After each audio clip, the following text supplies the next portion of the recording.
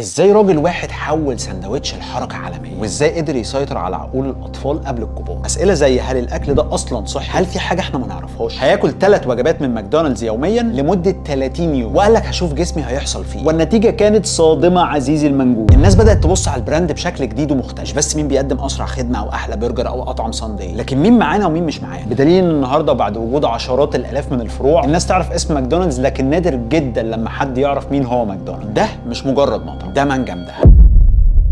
كل يوم ملايين البشر بياكلوا من مطعم معين، بس كام واحد فيهم يعرف مين اللي اخترع فعلا المطعم ده، او بمعنى ادق مين اللي اتسرقت فكرته ورا الوجبه السريعه اللي قلبت العالم كله؟ في قصه ما حدش بيقولها، قصه ناس اخترعوا فكره وواحد تاني خدها وكتب اسمه عليها، والنتيجه ان اللي اخترعوا الفكره والنظام اختفوا، واللي خد فكرتهم بقى هو امبراطور البرجر في العالم. بس ازاي ده حصل؟ وليه اصحاب الفكره وافقوا يبيعوها؟ وازاي راجل واحد عمل امبراطوريه من فكره مش بتاعته؟ ريح لي ظهرك بقى كده عشان تسمع لاول مره القصه الحقيقيه لماكدونالدز، وازاي النجاح بدا بسرقه فكره.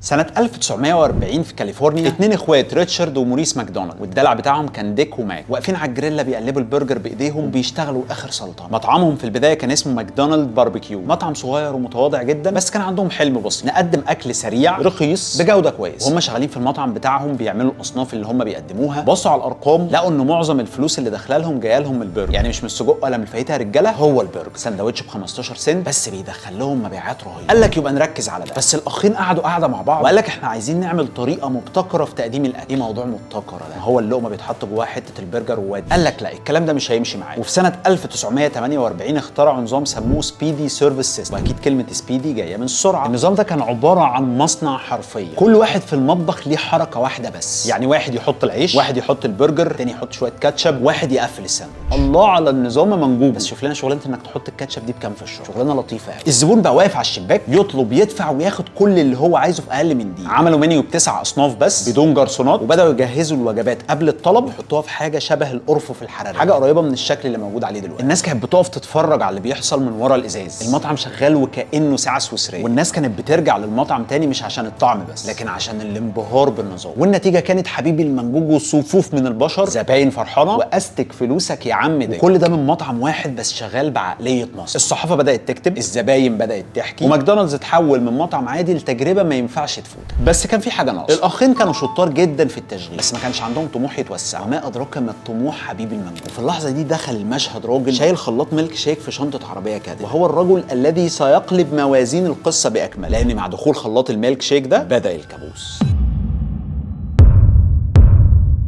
سنة 1954 راجل عنده 52 سنة لابس بدلة سوداء وشايل في ايده 8 خلاطات ميلك شيك. راي كروك حياته كلها قبل ما يقابل الاخين كانت عبارة عن محاولات فاشلة. يبيع كوبايات ورق ماشي، يشتغل عازف بيانو اوكي، مندوب مبيعات ويحاول يخلص له كام خلاط ما يمنعش. جاله طلبية ل8 خلاطات مرة واحدة من مطعم واحد، طلبية عجيبة وغريبة بالنسبة له. ايه المطعم اللي عايز يرمي فلوسه في الارض ده؟ وايه اللي يخليه يحتاج 8 خلاطات مرة واحدة؟ وصل كروك ودخل المطعم وشاف المعجزة. مطعم شغال كأنه مكنة، موظفين شغالين زي النحل، شباب بيحضروا البرجر بسرعات خرافيه، وزباين واقفه بتستلم الاكل وبتضحك. في اللحظه دي راي كروك عرف ان هو قدام فكره مش عاديه، لمعت في عينه. ده مش مجرد مطعم، ده منجم ده. راي كروك ما كانش شايف الفرصه دي على انها مطعم واحد، كان شايف قدامه النسخه ينفع تتكرر في الاف المطاعم والاف الفروع. قابل الاخين: زي الفل يا رجاله، انا جاي لكم بال8 خلاطات اللي طلبتهم. لا 2 جدعان لطاف، بس حس ان تفكيرهم محدود، عايزين يفضلوا عباره عن فرع واحد بيقدم نفس اللي بيقدمه وبيجيب نفس الفلوس اللي بيجيبها، مش مهتمين تماما بالتوسع، ولا حاسين ان هم عندهم نظام يقدر يسيطر على العالم كله. كروك قال لهم ببساطه: انا اوسع لكم الفكره، نعمل فرانشايز او حق امتياز، انتوا تكسبوا نسبه، الفروع تتوسع وتكتر، الفكره بتاعتكم تنتشر بشكل اسرع واكبر، وانا ادير لكم التوسع. الراجل بياع، وانا اقصد في كلمه بياع دبل مينينج حبيبي الممدوح. اقنعهم بالفكره، نمضي العقود، نمضي. بس كان في مشكله، في اتفاق شفوي حصل بينهم ما اتكتبش في اي عقد. تحس ان النهايه ما كانتش سالكه من جوه. كروك مضى العقود، عينه بتلمع، خرج من عندهم وهو في دماغه فكره واحده بس: الفرع الجاي مش هيكون مجرد توسع، ده هيكون خطوه اولى في انه يستولى تماما على الفكره. وده بيجاوب مبدئيا على سؤال مهم جدا: هو كروك فعلا ناوي يوسع حلمهم ولا ناوي يعمل حاجه تانية؟ الصراحه منجوه سؤال ساذج جدا. ما هو مرزوق قال لي بركاته، هو في حد بيكبر حد الايام دي؟ المطاعم بدات تفتح مطعم ورا التاني ورا التالت ورا العاشر، وكروك ما كانش بيبيع بس حق الامتياز، ده كان بيبيع الحلم نفسه. الناس كانت فاكره ان هي بتشتري مطعم، لكن في الحقيقه بتشتري نظام ومراقبه ومشاركه ارباح. في بدايه الموضوع الاخين كانوا فرحانين جدا، فكرتهم بتنتشر، مطعمهم بيتوسع، فلوس كتيره بتدخل، والناس بتقول لك انا عايز افتح مطعم ماكدونالدز زي. لكن كروك لسه شايف الموضوع بطريقه تانية تماما، وبدا يتحرك تحركات الاخين ما يعرفوش عنها اي اي حاجه. بدا يعدي على فروع، يعمل صفقات فرعيه، يزود اسعاره ويتحكم في تفاصيل التفاصيل، كل ده من غير ما يرجع لحد فيه. وبدا مع كل فرع جديد يحس ان هو مش محتاج الاخين في اي حاجه، وفكره عماله تدور في دماغه وتكبر. هم اخترعوا النظام لكن انا اللي هبني الامبراطوريه. واسس كروك شركه فرعيه، الشركه دي تمسك كل حاجه وكانت باسمه لوحده. والاخطر من كده حبيبي المنجوجو انه بدا يتفاوض مع الموردين وبدا يشتري الاراضي اللي بيتبني عليها الفروع.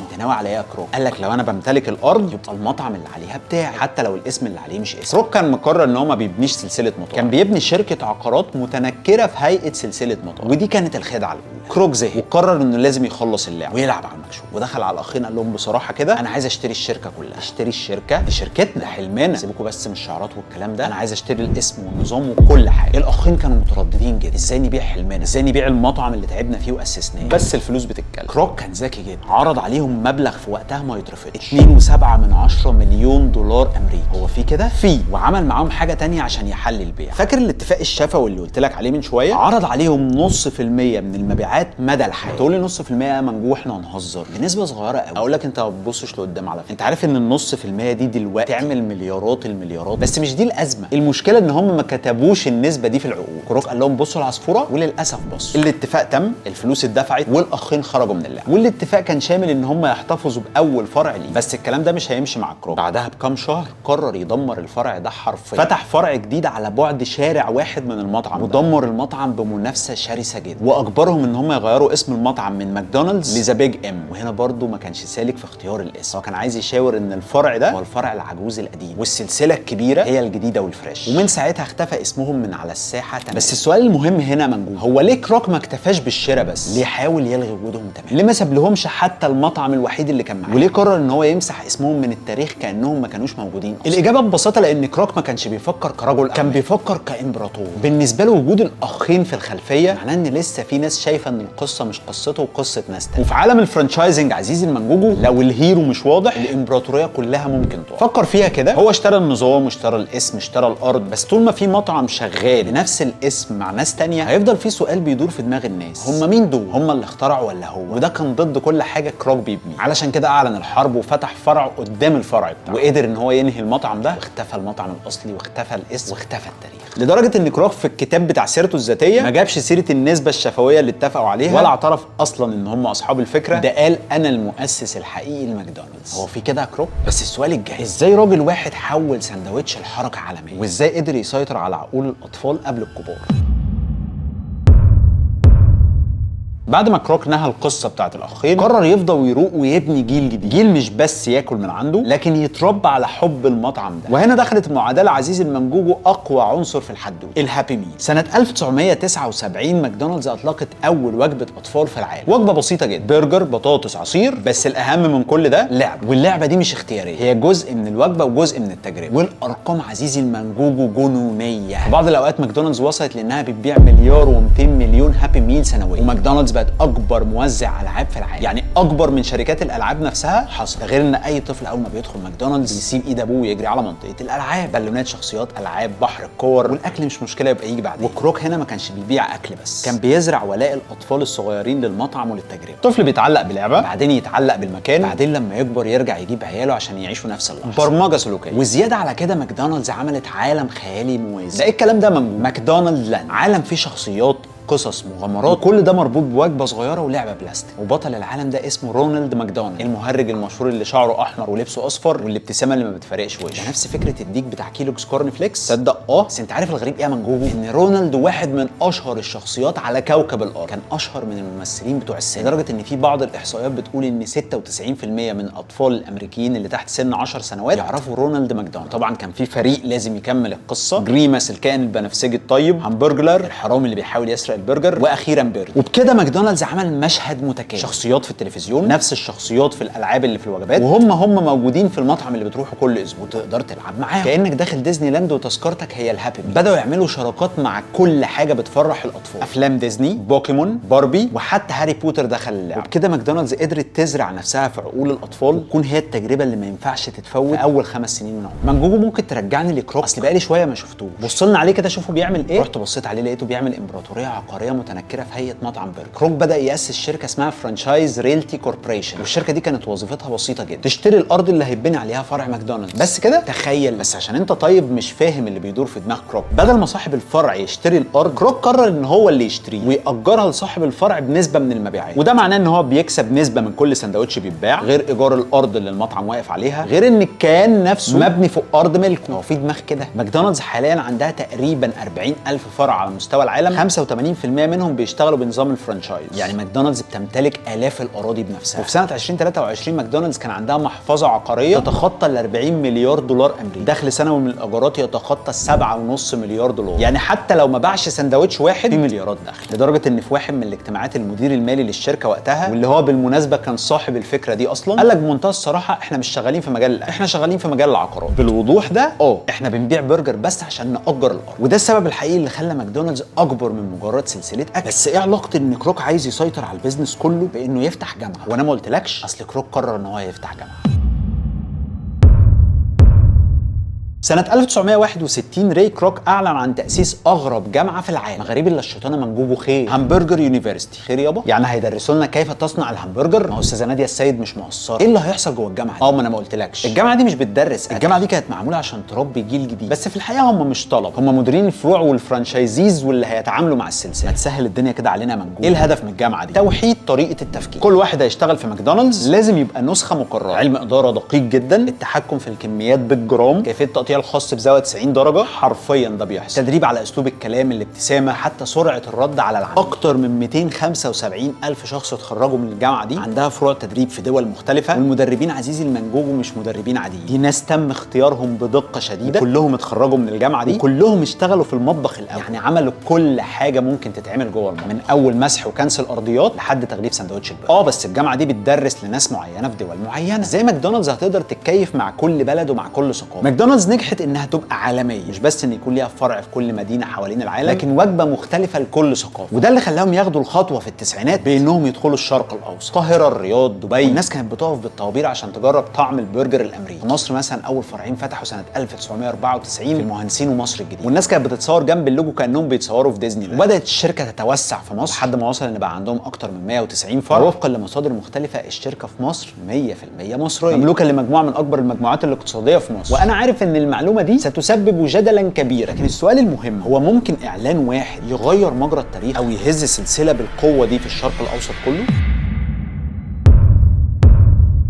في نهايه 2023 اللي كان بيحصل على الارض وعلى الانترنت كان مختلف، ما كانش ترند عن وجبه جديده ولا فيديو الناس بتضحك عليه. فجاه ملايين الناس بقت بتسال هي الشركات اللي بناكل منها دي معانا ولا بتدعم ناس تانية؟ وفي قلب الاعصار ده اسم ماكدونالدز كان بيلف في النص، لما الفرع بتاعهم في اسرائيل عمل بوست وقال ان هو بيقدم وجبات للجنود الاسرائيليين. الناس بدات تبص على البراند بشكل جديد ومختلف، مش بس مين بيقدم اسرع خدمه او احلى برجر او اطعم صنديه، لكن مين معانا ومين مش معانا. التاثير كان جبار. حسب تقرير لرويترز في منتصف 2024 ماكدونالدز حققت تراجع في المبيعات العالميه لاول مره من اكتر من 3 سنين، ونتائج الربع الاول ل 2025 وضحت ان في تراجع بنسبه 1% في المبيعات القابله للمقارنه عالميا، غير تراجع 3.6% في الولايات المتحده. الماركتنج ما بقاش كفايه، والبراند اللي كان بيبيع منتجاته بمنتهى السهوله بقى محتاج يشرح ويوضح نفسه في كل بوست على مستوى العالم. بس تفتكر هو ممكن يعمل ايه عشان يطلع من الازمه دي؟